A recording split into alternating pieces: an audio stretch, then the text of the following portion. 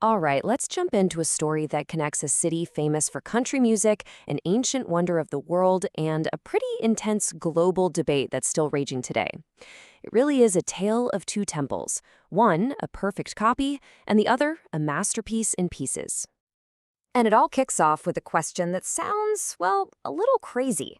How in the world did a full-size temple to a pagan goddess get built right in the heart of the American Bible Belt? Because you see, we're not starting this journey in Athens, Greece. Nope. We're in Nashville, Tennessee, which is home to the world's only full-scale, exact replica of the Parthenon.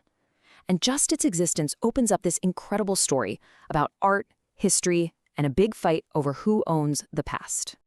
So here's what we're going to do. We'll take a look inside this Tennessee temple, then we'll rewind to see how it went from a temporary fair building to a city icon. After that, we'll uncover the genius secrets of the ancient original in Athens, find out how that masterpiece got shattered, and then, finally, we'll get into the global debate over its scattered treasures. Okay, so first things first, let's step inside this incredible replica. Because it's not just an empty shell. It holds something that was thought to be lost forever, for more than 1,500 years.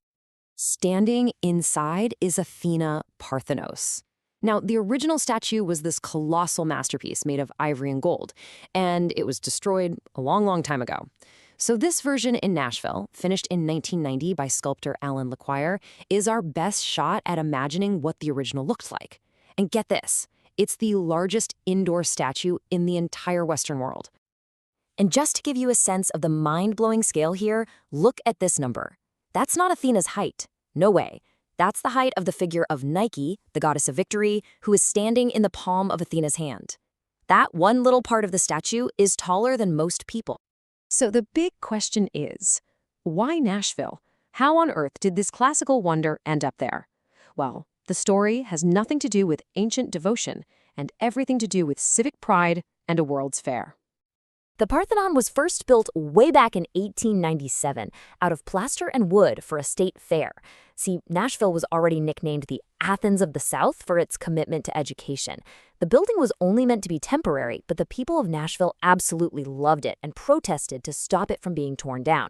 Decades later, they started raising money, literally starting with coins dropped in a donation box, to build the amazing Athena statue we see inside today. Okay, so let's pivot from the replica to the real deal, the original blueprint in Athens. Why has this 2,500-year-old building fascinated people for so long? Well, it turns out the answer is in the math. The ancient architects who built it, Ictinus and Callicrates, used a concept of harmony called the golden section, or the golden ratio. It's basically this mathematical relationship that you find all over in nature, and for whatever reason, our eyes just find it incredibly pleasing to look at. And that magic number is roughly 1.618. The whole front of the Parthenon, its length compared to its width, fits almost perfectly into that ratio. This mathematical precision is a huge reason for its legendary beauty and that feeling of perfect balance you get when you see it. And the genius just kept coming. There are almost no actual straight lines in the Parthenon. The columns bulge out just a little, and the base curves upward in the middle. It's all a giant optical illusion to make it look perfectly straight and powerful. This kind of sophisticated engineering is exactly why the ruin has managed to survive centuries of earthquakes. But here's the thing. While the Nashville Parthenon is whole and perfect, the original is really just a shadow of what it once was. And its art, which was meant to tell one big story, is now scattered all across the planet. So the temple was decorated with 92 carved marble panels. They're called metopes. Each one showed a scene from a mythical battle. Gods fighting giants, Greeks fighting Amazons. But these weren't just pretty pictures. They were a powerful political statement. They were a metaphor for the triumph of civilized Athens over the so-called barbaric chaos of the Persian Empire. So what happened to them? Well, the monument took 3 huge hits over the centuries. First, early Christians came in and intentionally smashed up the pagan carvings. Then, in 1687, the Ottomans were using the Parthenon to store gunpowder. A Venetian cannonball hit it, and boom! A catastrophic explosion just blew the building apart. And finally, for centuries after that, travelers would just take pieces home with them as souvenirs. As a result, the collection is completely fractured. If you just look at the best preserved panels from the south side, the huge majority, 15 of them, are in the British Museum in London. Only one is still in Athens, and another one's in Paris. This division is right at the heart of a major international fight. And that brings us to the conflict today, the debate over the Parthenon marbles. You'll often hear them called the Elgin marbles, named after the British lord who had them removed in the early 1800s. The arguments are passionate on both sides for sure. Those who want to keep the marbles in London say, hey, Lord Elgin rescued them from being destroyed. He had legal permission from the rulers at the time, and now they're in a global museum where they inspired the world. But on the other side, people arguing for their return say, hold on, that so-called permission was shady at best. Taking them was an act of cultural vandalism, and they are an inseparable part of Greece's national identity. Plus, Greece now has a world-class museum literally waiting for them to come home. This quote from art historian John Boardman really captures that retain argument perfectly.